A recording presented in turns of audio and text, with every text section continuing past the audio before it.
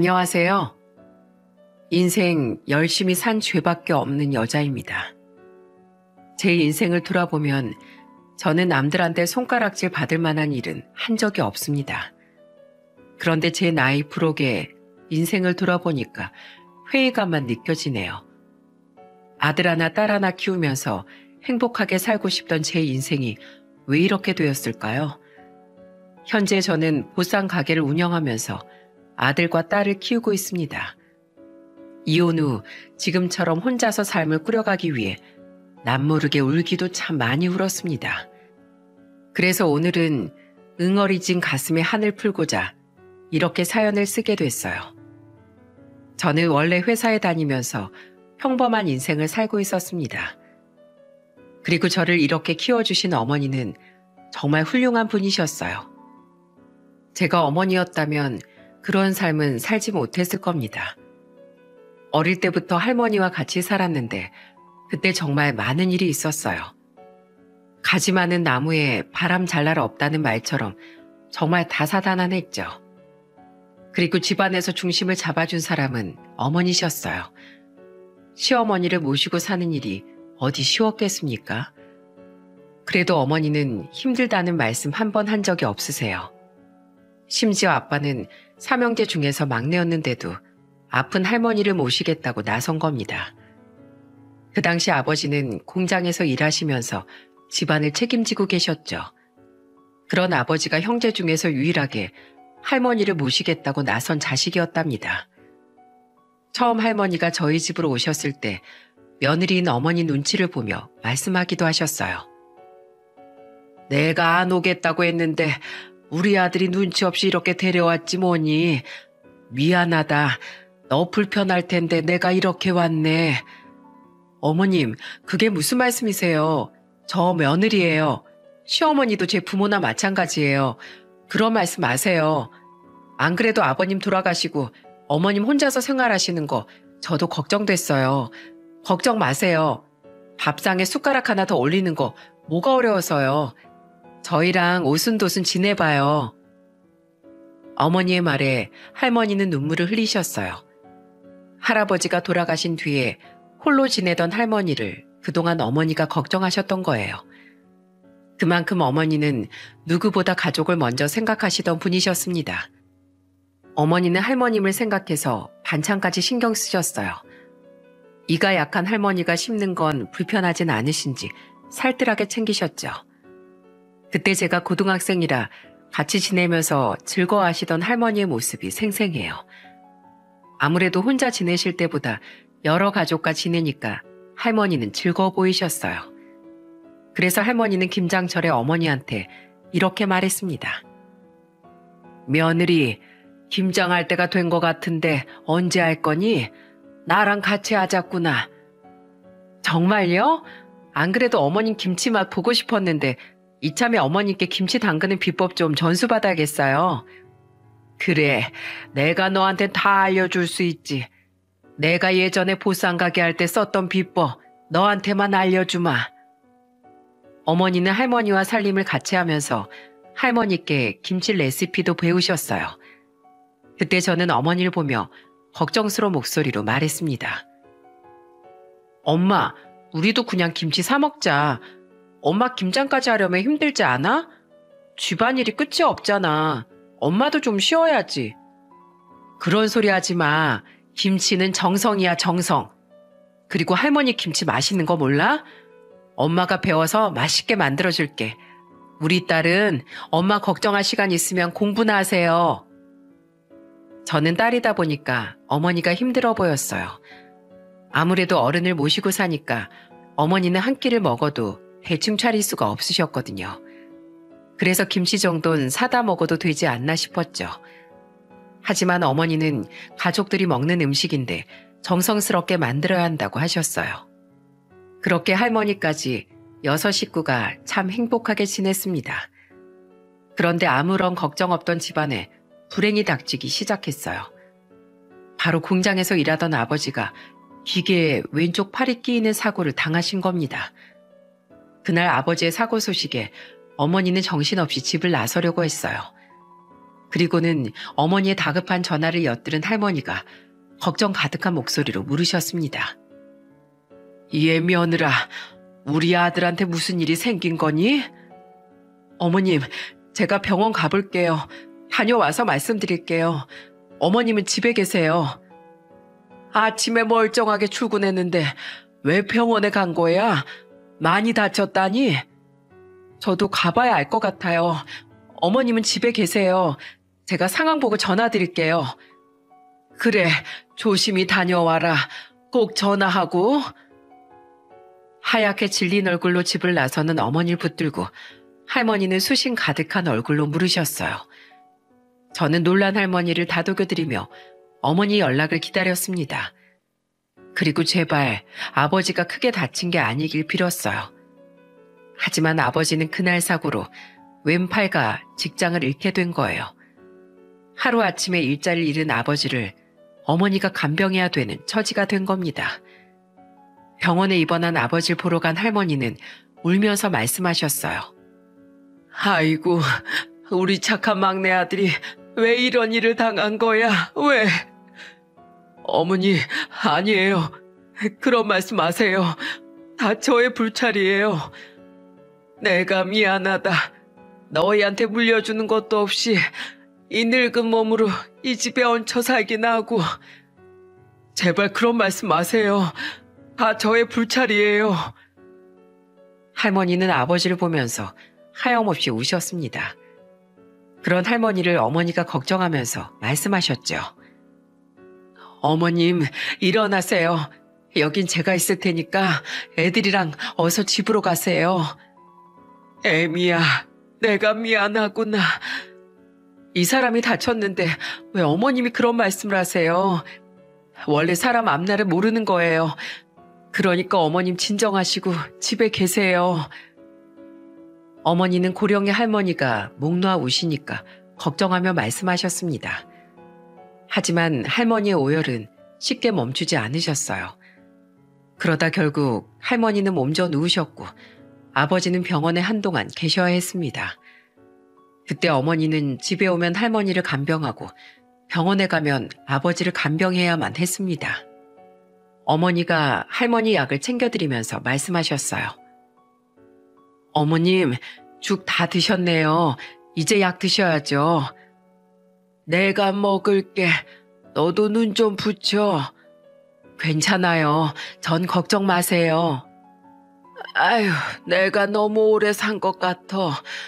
네 남편 저렇게 된 걸 보니까 내가 눈치 없이 너무 오래 살아서 별일을 다 겪는 것 같다.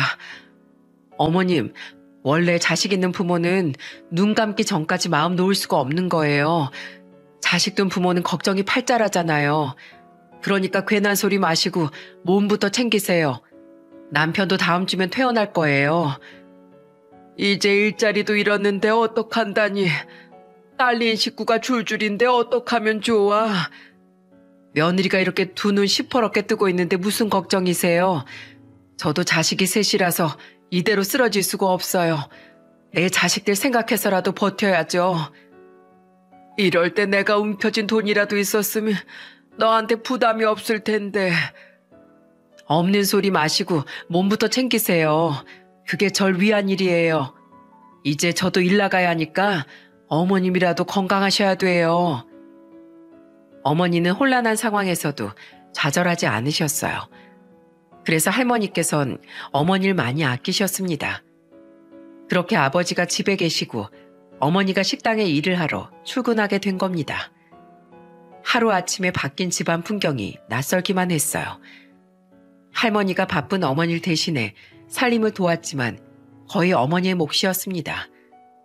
그래서 주말에 어머니를 도우면서 말했어요. 엄마, 안 피곤해? 주말은 좀 쉬어. 내가 할게. 아유, 그래도 딸이라고 이 엄마 생각해 주는 거야? 엄마 몸이 10개는 되는 거야? 일도 하고 집안일도 하고 지치지도 않아? 난 지칠 틈이 없어. 나마저 지치면 이 집안 식구들은 어떡하니? 아이고, 우리 엄마야말로 훈장이라도 받아야 된다니까. 그땐 정말 어머니가 몸이 10개라도 부족해 보였어요. 지칠 법도 한데 가족들을 위해서 헌신하는 어머니가 참 존경스러웠답니다. 그런 어머니의 보살핌 덕분에 저희 삼남매를 무사히 대학까지 입학할 수 있었어요. 그리고 막내 남동생이 대학교에 입학했을 무렵 어머니는 보쌈 가게를 개업하셨죠. 어머닌 그 당시에 할머니를 보며 말씀하셨어요. 이 가게 김치는 어머님이 알려주신 비법으로 담근 김치예요. 저도 이제 제법 어머님 손맛 좀 흉내내고 있죠? 아주 우리 막내 며느리가 제대로 배웠네. 이런 귀한 비법 알려주셔서 감사해요. 이제 여긴 저랑 남편이 잘 운영해 볼게요. 네가 있어서 난 참 든든하구나. 고맙다. 할머니는 어머니의 손을 잡아주면서 눈물을 지으셨어요. 몸이 불편한 아버지가 집에만 있으신 것보다 같이 식당을 운영하는 게 나을 것 같다고 판단하신 겁니다. 그렇게 아버지와 식당을 시작한 어머니는 천천히 자리를 잡아가고 계셨어요. 점점 입소문도 나면서 손님이 하나둘 늘어가고 있었죠. 그런데 이제야 좀 살 길을 찾은 어머니 앞에 또 다른 고난이 닥치고 말았습니다. 바로 식당 개업 후 몇 년 뒤 할머니가 쓰러지신 거예요. 한창 손님이 많아질 무렵 할머니가 아프셔서 어머니는 정신이 없으셨어요. 식당에서 일을 하다가도 중간중간 집으로 와서 할머니를 확인하셨죠. 다른 지역에서 학교에 다니고 있었기 때문에 당시엔 어머니를 도울 틈이 없었습니다. 한 번은 주말에 집에 왔더니 어머니가 할머니가 쓰시던 이불을 손빨래하고 계신 거예요. 그래서 전 놀란 목소리로 어머니께 말했어요. 엄마, 세탁기로 빨지 왜 손빨래를 해? 할머니가 소변을 실수하셨어. 그래서 그냥 빨면 얼룩 남아서 안 돼. 뭐? 아, 엄마 식당일 때문에 손목도 안 좋잖아. 내가 할게. 이리 줘봐. 네가 무슨 손빨래를 한다고 그래. 됐어. 내가 하는 게 빨라. 그래도 엄마보단 내가 손님이 더 좋을걸? 이리 줘봐. 둘이 해야 금방 끝나지. 저는 어머니 옆에서 손빨래를 돕기 시작했어요. 그리고 그때 어머니께 넌지시 이런 질문을 했습니다. 엄만 할머니랑 사는 거 힘들지 않아? 힘들지. 근데 세상에 안 늙는 사람이 어딨어. 사람은 어차피 다 늙고 아파. 그리고 아플 땐 가족이 제일 든든한 거야. 엄만 그런 힘이 어디서 나와? 아휴, 난 진작에 쓰러졌을 것 같아. 너도 나중에 결혼해봐. 세상에 엄마들은 못하는 게 없어. 안 되는 것도 되게 하는 게 엄마야. 그래서 엄마들은 강하다고 하잖아. 바쁜 식당 일에 할머니 대소변 수발까지 드는 어머니가 참 대단해 보였어요. 그리고 그런 어머니의 노력을 가장 잘 알아주는 사람도 할머니셨습니다. 할머니는 아파서 힘이 없는 와중에도 어머니만 보면 눈물을 흘리며 말씀하셨어요. 요새 많이 힘들지? 내가 너한테 끝까지 이렇게 집만 되는구나. 우리 어머님은 꼭 그런 말씀만 하세요. 며느리 힘들어 보이면 힘내라는 말도 해주셔야죠. 그래, 우리 며느리 힘내. 내가 이런 말 안 해줘도 넌 늘 잘했잖아. 내가 없었으면 더 홀홀 날아다녔을 텐데 우리 며느리 내가 너한테 해줄 게 없어서 미안하다. 어머님이 왜 해준 게 없으세요? 어머님한테 배운 기술로 지금 먹고 살고 있잖아요. 저랑 남편한테 어머님이 길 만들어주신 거예요. 우리 며느리가 아주 현명해서 내가 네 덕분에 편히 눈 감을 수 있을 것 같아. 그게 무슨 말씀이세요? 이번에 아프신 거 좀 나으시면 우리 같이 여행 가야죠. 전 어머니 모시고 여행 갈 거예요. 그러니까 제 소원 들어주시려면 어서 힘내세요. 할머니는 마른 손으로 어머니의 손을 꼭 잡아주셨어요. 그리고 옆에 있던 아버지를 보면서도 할머니는 뜨거운 눈물을 흘리셨죠. 하지만 어머니의 지극정성에도 할머니는 하루가 다르게 병세가 악화됐어요. 그리고 결국 할머니는 마지막 순간에도 저희 어머니의 손을 잡고 말씀하셨습니다. 이제 돌이켜보니까 내가 며느리가 3명이나 있어도 친정한 며느린 너 한 명뿐인 것 같다. 날 끝까지 보살펴줘서 고맙구나. 어머님, 부족한 며느리 아낌없이 칭찬해 주셔서 정말 감사했어요. 그동안 전 정말 행복했어요. 고맙구나. 정말 고마웠다. 그렇게 할머니는 끝까지 어머니께 고맙다는 말을 남기신 채 눈을 감으셨어요. 할머니와 같이 살았던 저희 식구들은 할머니와 그렇게 가슴 아픈 이별을 해야만 했습니다. 어머니는 할머니가 떠나신 후에도 한참을 힘들어하셨어요. 할머니의 장례가 끝난 후에도 집에 남은 할머니 유품을 정리하면서 혼자 울고 계셨어요. 저는 그런 어머니를 다독여드리면서 말했습니다. 엄마, 이제 할머니 안 아프고 편히 쉬실 수 있을 거야. 내가 너무 부족했던 것 같아. 식당에 사람 하나 더 쓰고 더 잘해드릴 걸 그랬어. 무슨 소리야. 엄마도 최선을 다했잖아. 할머니도 그거 다 아실 거야. 그러니까 이젠 할머니 편히 쉬시라고 보내드리자. 한동안 집안에 있던 할머니의 흔적을 보면서 어머니가 많이 힘들어했던 기억이 나요. 그만큼 어머니한테 가족은 아낌없이 모든 걸 주어도 부족하다고 느낄 만큼 소중한 존재였습니다. 그 후 어머니는 점점 더 바빠지는 식당 일에 치여서 슬퍼할 겨를도 없으셨어요. 그 당시 어머니 식당이 점점 입소문이 나면서 저녁 시간 땐 자리가 없을 정도로 장사가 잘 되기 시작한 겁니다. 그렇게 어머니는 10여 년이 넘는 시간 동안 보쌈 가게를 운영해 나가셨죠. 그리고 저는 회사 다니다 소개로 만난 외식업계 회사에 다니던 남편을 만나서 3년 연애 끝에 결혼을 약속했어요. 그리고 처음 남편과 부모님께 인사를 드릴 때 같이 밥을 먹고 대화를 나누다가 술을 한잔하기 시작했습니다. 그리고 그때 아버지가 남편을 보며 물었어요. 자네, 우리 서연이 평생 책임질 자신 있어? 네. 제 한 몸이 부서지더라도 절대 처자식 굶기는 일 없게 열심히 살겠습니다. 지금 나랑 한 약속 절대 잊지 말고 우리 딸 행복하게 해줘. 그것만 약속해주게. 제가 당장은 형편도 녹록지 않고 변변치 않은 회사원처럼 보이시겠지만 저 근성 하나는 1등입니다. 그러니까 저 믿어주십시오. 아버지는 남편의 씩씩한 대답을 마음에 들어 하셨어요. 그리고 어머니도 그런 남편을 보면서 궁금한 듯 물으셨습니다. 집은 어떻게 하기로 했어? 저희가 모은 돈에 대출 좀 받아서 시작하려고요. 신혼부부가 모은 돈이 얼마나 있다고 둘이 시작해.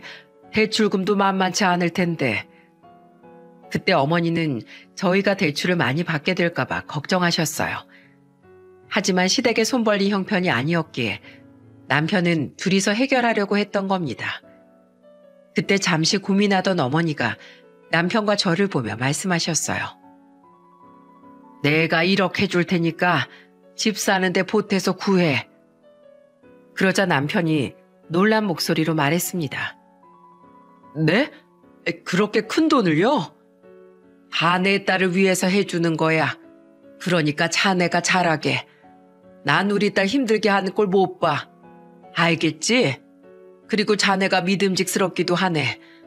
대출 너무 많이 받으면 이자 많이 나가니까 내가 좀 도와줌세.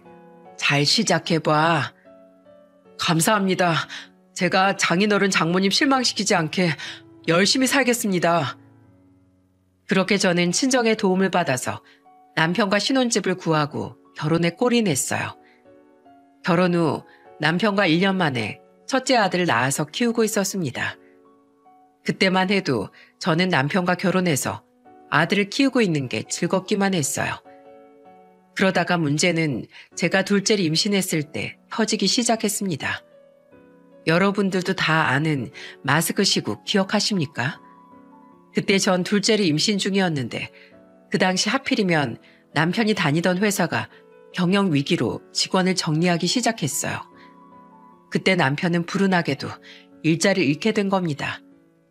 그래서 남편은 가장으로서 가정을 지키기 위해 대리운전도 뛰고 택배 일까지 했어요. 그러면서도 남편은 이직 준비를 하고 있었죠. 그런데 경기가 어려우니까 이직이 쉽지 않았던 거예요. 그러다 한 번은 경찰서에서 전화를 받고 한밤중에 달려간 적이 있었습니다. 가서 확인해 보니까 취객이 일방적으로 남편한테 폭행을 가했던 거예요. 블랙박스엔 취객이 남편을 때리면서 소리치는 게 담겨 있었습니다. 그래서 남편이 취객한테 황당한 목소리로 물었어요. 손님, 왜 때리시는데요? 갑자기 왜 절 때리시는 거죠? 야, 운전 똑바로 안 해? 너 때문에 속 울렁거리잖아. 네? 저는 교통법규 지키면서 운전 중입니다. 뭐야? 이 삐리리야. 이런 삐리리 같으니라고? 취객은 그때부터 C로 시작하는 욕을 남편한테 퍼붓기 시작했습니다. 그건 고스란히 블랙박스에 다 녹음이 돼 있었기에 남편은 취객을 신고했던 거예요. 그날 전 경찰서까지 가면서 가슴이 얼마나 철렁했는지 모릅니다. 그 상황에도 남편은 저를 걱정하며 물었습니다. 여보, 걱정 끼쳐서 미안해. 내가 더 잘 살고 멋진 남편이고 싶었는데 이게 한계인가 봐. 아니야, 난 당신이 자랑스러워. 그 상황에서 맞고만 있기 정말 힘들었을 텐데 잘했어. 맞았다고 같이 때리면 당신도 똑같은 사람이 되는 거잖아. 정말 당신 현명하게 대처 잘했어. 당신한테 정말 이런 모습 보이고 싶지 않았는데 미안해 정말. 괜찮아 여보. 이건 다 과정이야. 당신도 잘 되라고 그러는 거야. 내일은 좀 쉬어. 그때 기가 죽은 남편을 보고 너무 가슴이 아팠어요. 그래서 남편한테 다음날 좀 쉬라고 했죠. 그런데 다음날 예상치 못하게 친정어머니가 집으로 온 거예요. 하필이면 남편이 전날 술을 너무 많이 마셔서 점심때까지 일어나지 못했어요. 아무 사정도 모르는 어머니가 저를 보고 화가 난 듯 소리쳤어요. 지금 시간이 몇인데 아직도 자. 장모가 왔는데도 일어나지도 않어. 그러지 마. 어제 난리가 났었어. 나도 진짜 마음 아파 죽겠다. 무슨 일이길래 그래? 사실은 어제 대리운전하다가 취객한테 맞았어. 저 사람 아무 말도 못하고 욕먹고 맞기만 했어. 뭐? 우리 사위한테 그런 일이 있었어? 아직도 이직 자리 못 구한 거야? 경기가 안 좋아서 쉽게 안 구해지네. 그래서 어떻게 해서든 돈 벌어보려고 대리운전에 택배 상하차까지 별일 다 하고 있어. 아유, 얼마나 마음이 상했을고 완전히 자존심이 밑바닥까지 떨어졌겠네. 어머니는 남편을 안타까워하며 걱정하셨어요. 그 순간 잠자던 남편이 일어나 거실로 나오다가 어머니를 보고 놀란 목소리로 말했습니다. 장모님 오셨어요. 죄송합니다. 제가 장모님 오신 줄도 몰랐네요. 됐네. 자네 얼른 세수하고 정신 좀 차리고 와봐. 남편은 어머니의 말에 세수하고 어머니 앞에 앉아서 죄송스러운 목소리로 말했어요. 장모님, 좋은 모습 못 보여드려서 죄송합니다. 아니쎄, 요새 많이 힘들지? 나도 보쌈 가게 하는데 손님이 절반으로 뚝 떨어졌어. 그래도 어쩌겠나, 살아야지. 근데 또 어제 자네가 그런 숨을 겪었다고 하니까 내가 가만히 있지 못하겠어. 내가 자네를 좀 돕고 싶네. 자네 혹시 뭐 하고 싶은 거 있어? 네? 무슨 말씀이신지. 말 그대로야. 자네가 사업이든 뭐든 내가 좀 도와주고 싶어서 그래. 정말이세요? 사위도 내 아들이나 마찬가지인데 이렇게 축 처져 있는 모습 보고 싶지 않아. 한번 남자답게 도전해봐. 감사합니다, 장모님. 남편은 마치 동아줄이라도 잡은 듯 눈을 반짝이면서 어머니께 감사해했어요. 그래서 남편은 외식업계에서 일하던 경력을 살려서 외식업에 도전했습니다. 그리고 남편은 어머니께 사업 계획서를 제출하고 컨펌까지 받았어요. 그 결과 엄마는 남편한테 무려 1억 5천만 원을 투자해 줬습니다. 그리고 어머니는 남편에게 1억 5천만 원을 주는 대신 단호한 목소리로 말씀하셨어요. 내가 이 돈 자네한테 그냥 주는 거 아니야. 나 이거 자네한테 투자하는 거야. 알겠어? 당연하죠, 장모님. 제가 이 돈으로 제대로 성공해서 이자부터 수익률 나오는 대로 정확하게 계산해서 장모님께 갚도록 하겠습니다. 그래, 그 마음이면 돼. 그리고 이거 쓰게나. 이게 뭔가요? 난 자네한테 돈을 받고 말곤 중요하지 않아. 하지만 이렇게 차용증을 써두면 마음가짐이 달라질 거네. 자만하지 않고 자네가 열심히 더 일할 수 있을 거야. 그리고 부모 자식 간에도 이게 증여성 문제가 있을 수 있어. 남이 보면 우리 딸한테 내가 증여했다고 생각할 수도 있고.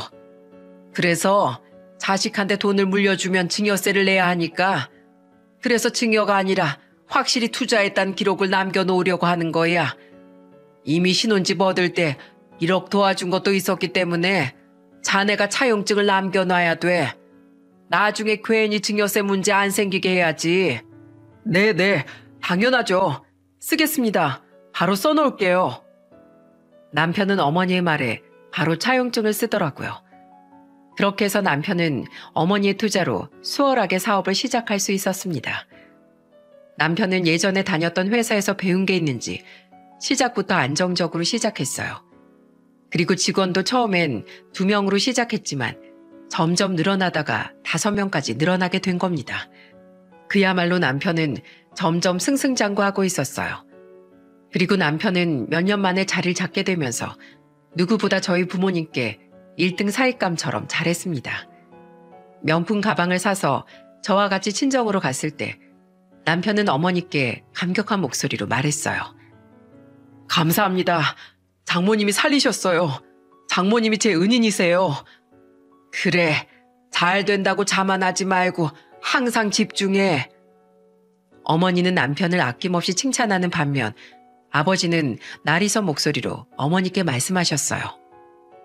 사업이라는 게 고생하면서 자리를 잡아야 하는데 당신이 처음부터 큰 돈을 빌려주니까 누워서 떡 먹는 꼴만 됐잖아. 당신 또 그 소리야? 잘 됐으면 된 거지 왜 그래? 망했으면 어쩔 뻔했어.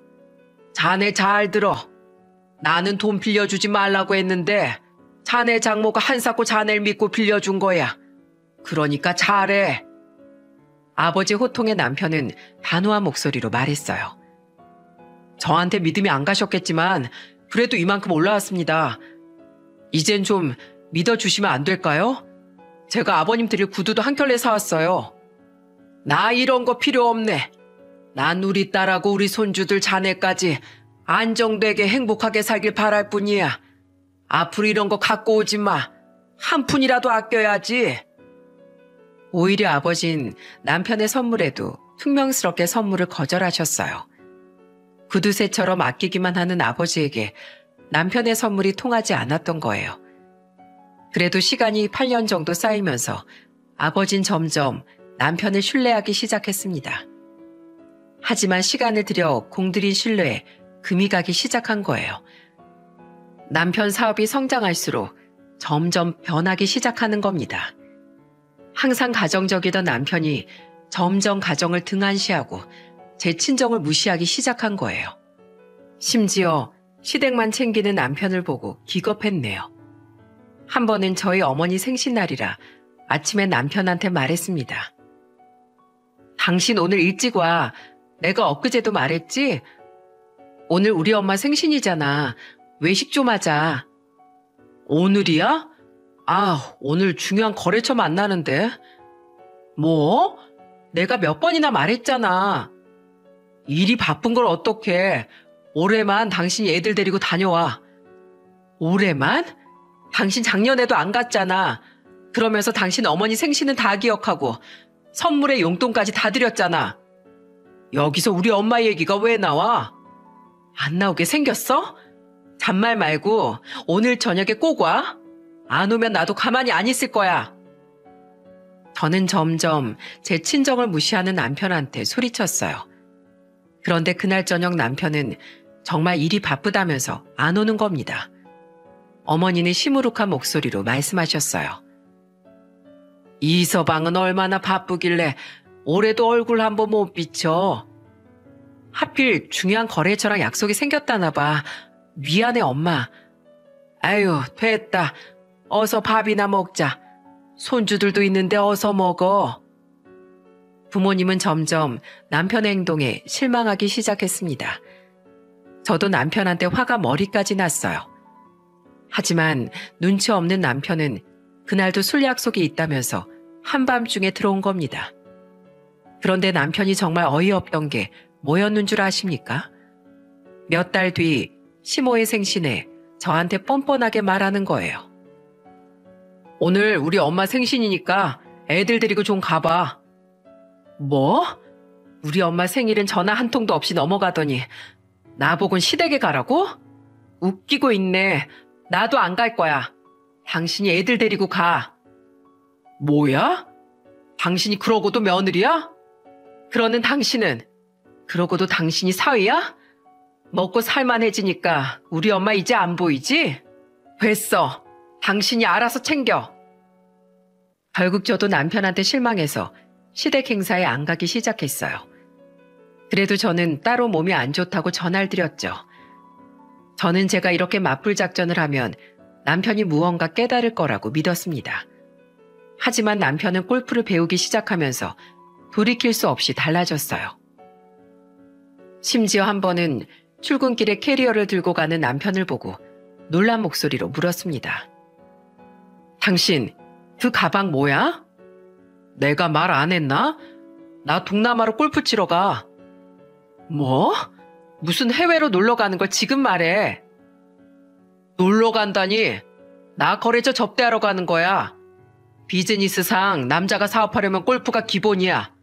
운동이지만 사업적으로 발전하기 위해서 다니는 거라고. 진짜 남편은 그놈의 사업을 핑계로 밖으로만 나돌았어요. 그리고 그러는 와중에 저는 점점 우울증이 오고 있었습니다. 혼자서 집안일에 육아까지 다 감당하면서 스스로 챙길 시간이 없었어요. 그래도 내 남편이고 자식들이 있으니까 남편이 변할 거라고 믿었습니다. 다시 가정으로 돌아올 남편을 꾹 참으면서 기다리다가 속병이 난 거예요. 그러면서 저는 완전히 삶에 대한 낙을 잃었습니다. 그러다가 어머니가 저한테 전화했던 적이 있었어요. 서연아, 너 요새 통 연락도 없이 뭐 무슨 일이 있어? 그냥 좀 바빠서. 엄만 요즘 괜찮아? 나야 늘 똑같지 뭐. 넌 왜 그렇게 목소리가 다 죽어가? 자꾸 힘이 없네. 아유, 넌 남편 사업도 잘 되는데 왜 그렇게 죽을 상이야? 안 되겠다. 네 남편이 바쁘니까 나랑 같이 바람 쐬러 가자. 나랑? 엄마 가긴 어쩌려고. 네 아빠한테 맡기고 가면 되니까 걱정 마. 다음 주에 1박 2일로 강원도라도 다녀오자. 오랜만에 우리 딸이랑 둘이 데이트 가야겠어. 어머닌 저한테 같이 놀러 가자면서 말씀하셨어요. 아버지랑 같이 부산 가게를 운영하셨기에 아버지한테 가게를 맡기신다고 하셨죠. 그래서 저도 어머니의 제안에 같이 여행이나 가야겠다 생각했습니다. 그래서 오랜만에 여행 갈 생각에 설렜어요. 그런데 기대하던 여행 전날 저녁 9시가 되도록 어머니랑 전화가 안 됐어요. 가게 문을 닫는 10시까지도 전화를 안 받으시는 겁니다. 밤 12시가 넘었을 때도 어머니가 전화를 안 받으셨어요. 그렇게 어머니 전화를 기다리다 잠이 들었는데 새벽 2시에도 엄마한테 부재중 전화가 안 왔다는 걸 보고 걱정됐습니다. 분명히 뭔가 좀 이상하다는 느낌이 들어서 아버지께 전화를 걸었어요. 아빠, 엄마 왜 전화를 안 받지? 무슨 일 있어? 글쎄, 오늘 내가 모임이라 일찍 나와서 모르겠는데. 정말? 알겠어 그럼. 그래서 저는 바로 택시를 타고 부산 가게로 향했습니다. 그런데 저는 가게 문도 열려있고 불도 다 켜져 있는 걸 보고 깜짝 놀랐어요. 가게로 달려들어갔는데 엄마는 주방에서 쓰러진 채 발견된 겁니다. 저는 엄마를 보고 놀란 목소리로 소리쳤어요. 엄마, 왜 그래? 너무 놀라서 저는 소리치다가 119에 바로 신고해서 병원으로 어머니를 옮겼습니다. 그때까지만 해도 엄마는 숨을 쉬고 계셨어요. 병원에 도착하자마자 어머니는 수술까지 받게 됐죠. 그리고 수술을 마치고 나온 의사는 심각한 목소리로 말했어요. 뇌졸중은 아무리 늦어도 2~3시간 안에 치료받아야 되는데 지금 골든타임을 놓쳤습니다. 수술은 해볼 때까지 했는데 많이 안 좋은 상태예요. 좋지 못한 소식을 전해드려서 너무 죄송합니다. 저는 의사의 말에 그대로 주저앉았어요. 그리고 뒤늦게 달려온 아버지가 절 보면서 놀란 목소리로 물었습니다. 이게 무슨 일이야? 네 엄마 왜 그래? 어떻게 아빠? 엄마가 죽을 수도 있대. 뭐? 엄마가 왜? 뇌졸중이래, 뇌졸중. 아빠 뭐 했어? 엄마 쓰러졌을 때 빨리 옮겼으면 살 수도 있었대. 아빠 뭐 했냐고. 믿을 수 없는 현실 앞에 저는 괜히 아버지를 원망했어요. 그런데 알고 보니까 그날 아버지는 모임도 3년 만에 나간 모임이었던 겁니다.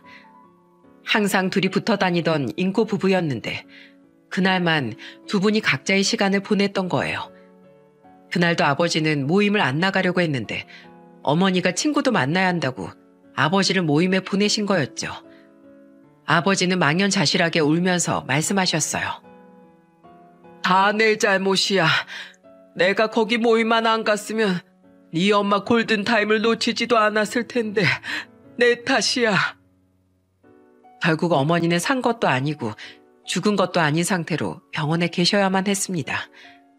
그리고 아침이 밝아오자 엄마 소식을 듣고 가게 직원들이 엄마 병실로 오셨어요. 한 아주머니가 슬픈 목소리로 울면서 어머니를 보며 오열했습니다. 사장님, 우리한테 얼마나 잘해주셨는데 사장님하고 같이 퇴근했어야 했는데 죄송해요. 그리고 옆에 있던 아주머니도 슬픈 목소리로 말했어요. 자식들 결혼할 때도 와주시고 손주 돌잔치에도 와주셨어요. 근데 왜 하늘은 좋은 사람들을 먼저 데려가는 건지 정말 아이고 사장님. 정말 가게 직원들까지 모두 와서 울어주는데 끝까지 남편은 얼굴도 보이지 않았습니다.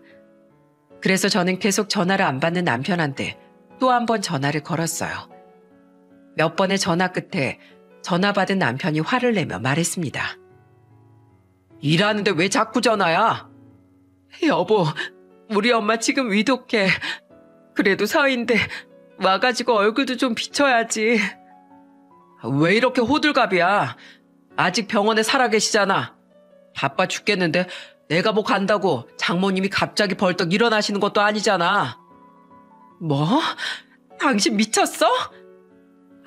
지금 당신이랑 말씨름할 시간 없으니까 끊어. 저는 남편한테 크게 실망했어요. 정말 가게 직원들, 어머니 지인들까지도 다 왔는데 남편은 끝까지 안 나타났습니다. 이게 말이 됩니까? 어머니가 2주 정도 입원해 있었는데 그 기간에 남편은 한 번도 안 왔어요. 그 와중에 결국 오지 않았으면 하는 순간이 오고 말았습니다. 담당 의사가 저희 가족에게 마음의 준비를 하라고 한 거예요. 저는 또다시 남편한테 다급하게 전화를 했습니다. 여보, 우리 엄마 오늘 넘기기가 힘들대. 얼른 좀 와줘. 아니, 내가 꼭 가야 돼? 오늘 못 넘기시면 장례식장에서 보면 되잖아. 지금 뭐라고 그랬어? 엄마가 당신한테 어떻게 했는데 죽은 놈 살려놨더니 지금 이렇게 은혜를 베시네? 뭘 또 그렇게 말해. 지금 서울이면 갔지. 나 지금 부산이야, 부산. 여기서 어떻게 가냐고. 왜 못 와? 골프 치러 동남아도 가는 사람이 부산에서 서울로도 못 와? 그렇게 돈 벌어서 뭐 할 건데. 맨정신이면 갔지. 지금 술을 많이 먹었는데 어떻게 가. 술 냄새 풍기면서 병원 갈 수 없잖아. 정말 남편은 혀가 꼬여서 술에 취한 채 망언을 내뱉는 겁니다. 참다 못한 저는 이를 악물고 소리쳤어요.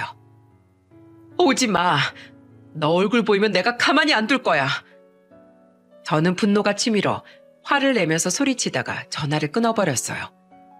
하지만 그때는 남편보다 엄마가 먼저 우선이었어요. 언제 눈을 감을지 모르는 엄마한테 가서 손을 잡으면서 오열하며 말했습니다. 엄마, 나 사춘기 때 엄마한테 화내고 대들었잖아. 엄마 기억나? 근데 나 왜 그렇게 엄마 지금 그 일이 후회가 되는지 모르겠어. 이제 엄마 잔소리마저 못 듣게 될까 봐 무서워. 너무 진짜 힘들어. 엄마, 제발 힘 좀 내봐. 난 아직 엄마가 필요해. 저는 어머니 손을 잡고 울었고 어머니는 아무 말씀도 없이 눈물을 흘리셨어요. 그리고 그때 어머니는 마지막 숨을 거두고 말았습니다. 그리고 아버지는 주저앉아 버렸고 가족들은 모두 통곡을 하며 울었어요. 그리고 어머니의 빈소가 차려졌고 저는 우느라 정신이 없었습니다. 그런데 남편이란 놈은 장례 이틀 차에 나타나 통곡을 하면서 울기 시작하더라고요. 장모님, 이렇게 돌아가실 줄 몰랐어요. 제가 빨리 올 걸 죄송합니다. 제가 죄송합니다. 저는 뒤늦게 나타나서 우는 남편 놈을 보고 화가 치밀었습니다. 그래서 저는 퉁퉁 부은 얼굴로 남편을 보고 화난 목소리로 소리쳤어요. 야, 쓰레기 같은 놈아. 가라고. 넌 여기 있을 자격도 없어. 뭐야? 왔는데 왜 또 화를 내는 거야? 어제 왔었어야지. 그동안 와야 될 순간엔 안 오고 이제 온다는 게 말이 되냐? 이미 돌아가셨는데 오면 뭐해? 남자는 비즈니스가 먼저야. 그래서 일 끝내고 바로 장례식장 왔잖아. 진짜 너란 인간 상종도 하기 싫다. 비즈니스? 평생 비즈니스 챙기면서 살아. 그리고 나 너랑 더 이상 살 마음 없으니까 이혼해. 너란 인간은 애들한테도 아빠 자격 없으니까 당장 꺼져. 아휴, 기껏해서 시간 내서 왔더니 왜 이렇게 잔소리야? 그래, 이혼해. 솔직히 당신도 알 거 아니야. 내가 왜 집에 안 들어간 줄 알아? 당신 보기만 해도 싫어. 그래도 아빠 노릇하려고 집에 들어간 거야. 그런데 뭐 이혼? 듣던 중 반가운 소리다. 정말 기가 막혔어요.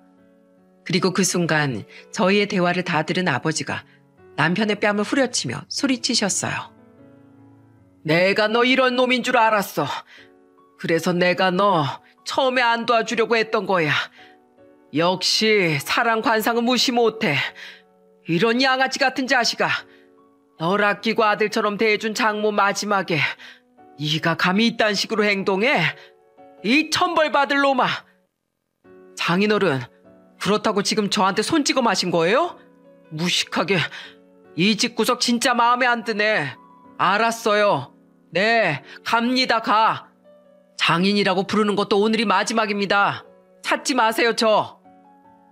남편의 마지막 말에 조문객들도 다 경악하면서 한마디씩 했어요. 저런 썩을 놈 같으니라고. 귀신은 저런 놈 안 잡아가고 뭐하나. 정말 그 자리에 있던 사람들이 다 경악할 만큼 남편 놈의 행동은 상식 밖이었습니다. 그렇게 저는 겨우 정신줄을 붙잡고 어머니를 보내드리고 납골당에 모셨어요. 그 후 저는 남편하고 이제 이혼 소송을 시작했습니다. 양육권, 재산 분할이 다 저한테 유리한 쪽으로 흘렀어요. 그래서 저는 남편과 이혼하면서 손해본 거 하나 없이 깔끔하게 정리했습니다. 그때 아버지가 마지막으로 남편 놈을 불러서 차용증을 꺼내면서 말했어요. 자네, 이것도 갚아야지. 이게 뭔데요? 뭐긴 뭐야, 차용증이지. 1억 5천 빌려가면서 회사 수익의 30% 이자로 준다고 했잖아. 그거 진짜 받으시려고요? 세금 때문에 형식적으로 쓴 거 아니었어요? 세금이고 자시고 너한테 빌려준 건 사실이지. 이 돈 꿀꺽하고 사라지려고 그랬냐? 난 이 돈 꼭 받아낼 거야. 이제 남남이 됐는데 당연히 받을 건 받아야지. 알아서 해보세요. 저도 쉽게는 못 줍니다. 그래서 아버지는 전 남편 놈한테 돈을 받아내기 위해 소송을 시작했어요. 그리고 긴 소송 끝에 결국 법원은 아버지의 손을 들어줬습니다. 그 결과 1억 5천만 원과 사업 수익의 일부를 아버지께 갚아야만 했어요. 그런데 남편 놈은 아버지께 비아냥거리면서 말하는 겁니다. 그 돈 받고 잘 사세요. 그 돈으로 어디 배 두드리며 사세요. 네 놈은 그 인성 때문에 망할 거야. 두고 봐. 넌 반드시 바닥 칠 거다. 평생 너 망하라고 내가 빌어줄 거야. 하늘에서 천벌을 내릴 거야. 그러니까 평생 그런 인성으로 살아. 우리 손자들 볼 생각도 하지 말고. 볼 생각 없습니다. 나도 내 인생 살 거니까 알아서 사세요. 저는 그런 남편놈을 보면서 정말 기가 막혔습니다. 그렇게 저는 남편놈과 완전히 끝이 났어요. 그리고 시간이 5년 정도 지났을 무렵 저는 어머니가 남기신 보쌈 가게를 아버지와 같이 운영하고 있었습니다. 아이들을 키우면서 하루하루 그저 성실하게 살았어요. 그런데 5년 만에 믿을 수 없는 일이 일어난 겁니다. 전 남편놈이 우리 식당에 걸어오더니 저를 보면서 소주를 한 병 시키면서 말했어요. 저 소주 한 병만 주세요. 뭐? 여기가 어디라고 와? 야, 너 같은 손님 필요 없으니까 당장 나가. 그 순간 아버지도 전 남편을 보더니 냉정하게 소리쳤습니다. 야, 여기서 울지 말고 나가라고, 나가. 이놈아 양심이 좀 있어야지. 여기가 어디라고 와? 그런데 남편이 아버지 앞에서 바로 무릎을 꿇고 오열하며 말했어요. 죄송합니다. 제가 죽을 죄를 지었습니다. 가정이 소중한 것도 모르고 너무 앞만 보고 살았어요. 진짜 중요한 게 뭔지도 모르고 살았어요. 우린 자네 볼 생각 없으니까 당장 나가. 제발 부탁입니다. 여기서 소주 한 잔만 마시게 해주세요. 장모님 생각이 나서 왔습니다. 그렇게 잘해주신 장모님이 엊그제 제 꿈에 나타났어요. 그래서 여기 왔습니다. 어디서 말 같지 않은 소리를 하고 있어. 나가. 평생 일이나 하면서 살아. 그렇게 다 내팽개칠 때는 언제고 이제 와서 사과하면 다 안 가? 저 이제 다 잃었습니다. 같이 골프 치는 사람한테 투자해서 사업을 확장하려다가 다 망했어요. 알고 보니까 전 남편 놈은 회사가 점점 내리막길을 걷고 있을 때 무리한 투자로 사업을 확장하려다가 사업이 망해버린 겁니다. 그런데 망해서 찾아온 꼴이 정말 우습더군요. 그래서 저는 남편 놈한테 소리쳤습니다. 사람 잃고 돈 잃고 회사까지 잃으니까 이제야 가족 생각이 나? 그걸 지금 진심이라고 말하는 거야? 난 너한테 5만 정 다 떨어졌으니까 제발 우리 식구한테서 떨어져. 용서해달라는 말 안 할게. 그냥 진심으로 당신이랑 장인어른께 꼭 사과하고 싶었어. 장인어른 죄송합니다. 바보 같았다고 진심으로 사과하고 싶었습니다. 그러더니 전 남편놈은 아버지께 큰절까지 하더니 그대로 가버렸어요. 정말 모든 걸 잃고 나니까 그제야 정말 소중한 게 뭔지 깨달은 눈빛이었죠. 정말 추한 얼굴로 나타난 전 남편놈은 그대로 가게를 나가버렸어요. 그 후로 전 남편은 가게에 나타나지 않았습니다. 아버지는 전 남편이 용서를 빌어도 이미 다 소용없다고 하셨어요. 저도 이미 모든 신뢰가 깨져 힘들다고 생각합니다. 그 후로 가끔 애들한테는 연락하는 것 같았습니다. 지금은 집안 건설 현장에 숙소 생활을 하면서 힘들게 인생을 사는 것 같았어요. 이게 가족을 외면한 참혹한 대가였습니다. 제가 이런 사건들을 겪고 나니까 깨달은 게 많아요. 그래서 이 사연을 보낸 이유도 가족의 소중함을 알려드리고 싶어서랍니다. 제 수명을 10년을 줄이더라도 저는 어머니를 잠시라도 더 만나고 싶다는 생각을 할 만큼 저는 후회가 되는 순간이 많습니다. 모든 게 영원할 줄 알았는데 결국 시간은 저와 어머니를 이렇게 갈라놓고 말았어요. 그래서 뭐든지 있을 때 잘해야 한다고 하나 봅니다. 모든 걸 잃었을 땐 후회해도 늦더라고요. 제가 지금 사무치게 후회하는 게 바쁘다는 핑계로 어머니를 한 번이라도 더 못 본 게 정말 한으로 남았네요. 아마 이런 제 심정을 전 남편이 몇 배로 더 느끼고 살 거라고 믿어요. 후회 속에 사는 삶은 사는 것 자체가 지옥이랍니다. 여러분들은 부디 이런 후회하지 마시고 가족들에게 표현하며 사시길 바랄게요. 새해에는 가족들과 평안한 한 해를 보내시길 바랍니다. 감사합니다.